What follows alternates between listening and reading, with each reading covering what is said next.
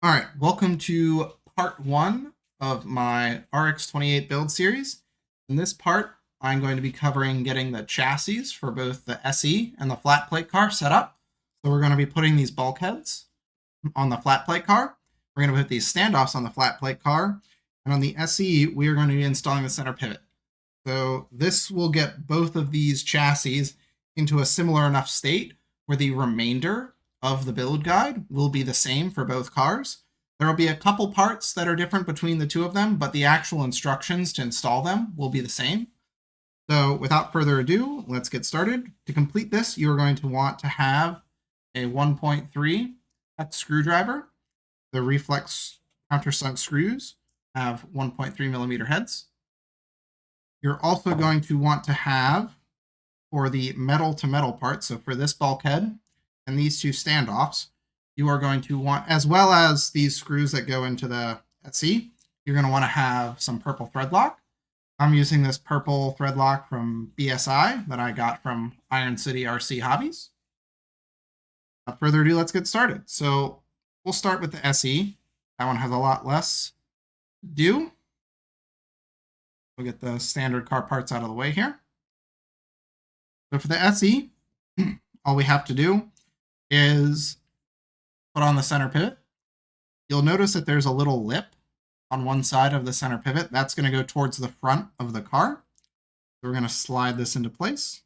Next, we're going to want to add our shims. These shims adjust the height of the center pivot. So if you use a thicker shim, it's going to push this part down lower in the car, and it's going to lower the roll center of the car. If you use less shims, it's going to raise it. It's going to raise the roll center of the car. For most users, I would just put a 1 millimeter shim in there and then leave it.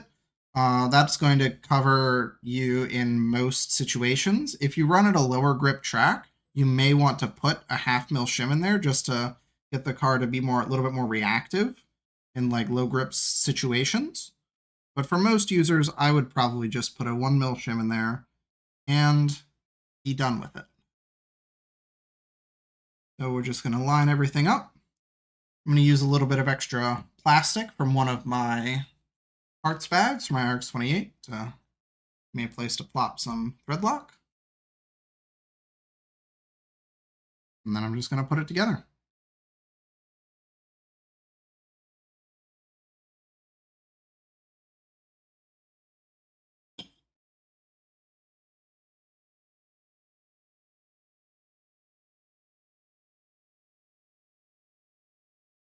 I'm just using a little bit of thread lock, and all the thread lock is doing is just there to make sure that the screws don't come loose as the car is vibrating down the track. Not holding the screw in place, it's just giving it a little bit of friction. That's it.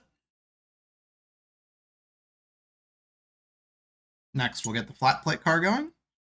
So we're going to start by getting these standoffs on. And for all of the so I think I forgot to mention, for the center pivot on the SE, I was using 2x6 countersunk screws. For both the bulkheads and the standoffs for the flat plate car, I'm using countersunk 2x4 screws. Same process.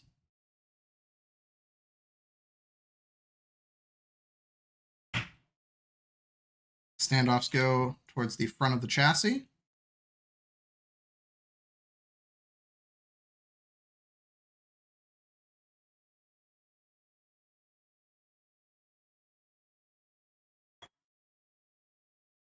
Just using a little bit of thread lock on anything metal to metal.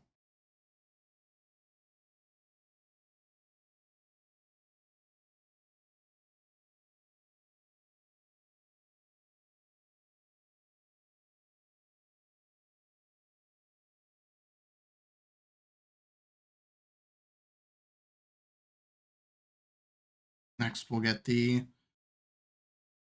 front bulkhead installed.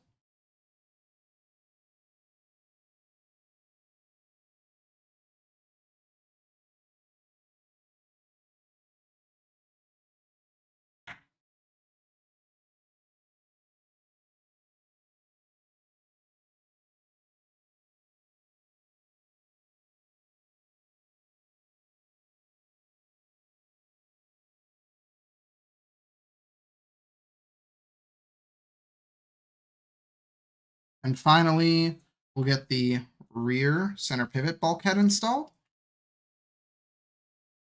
This one does not need thread lock because the center bulkhead is a plastic part. Part is also symmetrical, so it should not matter which way it is installed.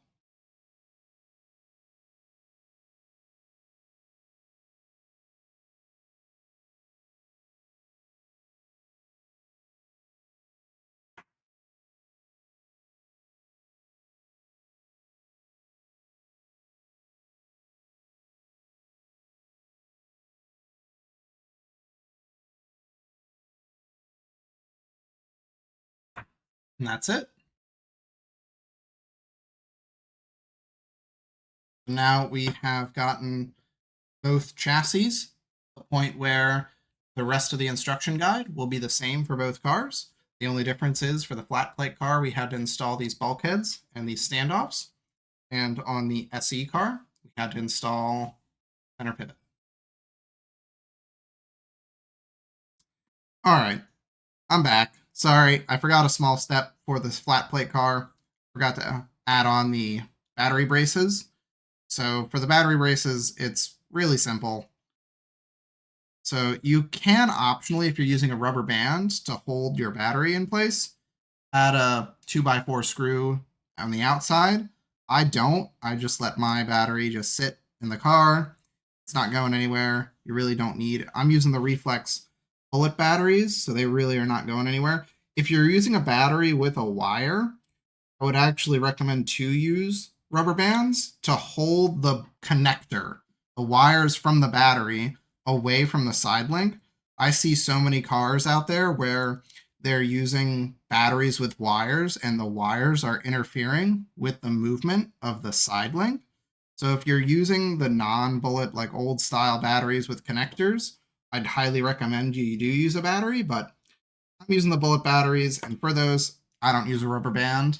I just put the battery mount in place and call it done. Really simple, just 4 button head 2x4mm screws. I use a little bit of thread lock since I'm screwing into metal. Purple thread lock, same as before.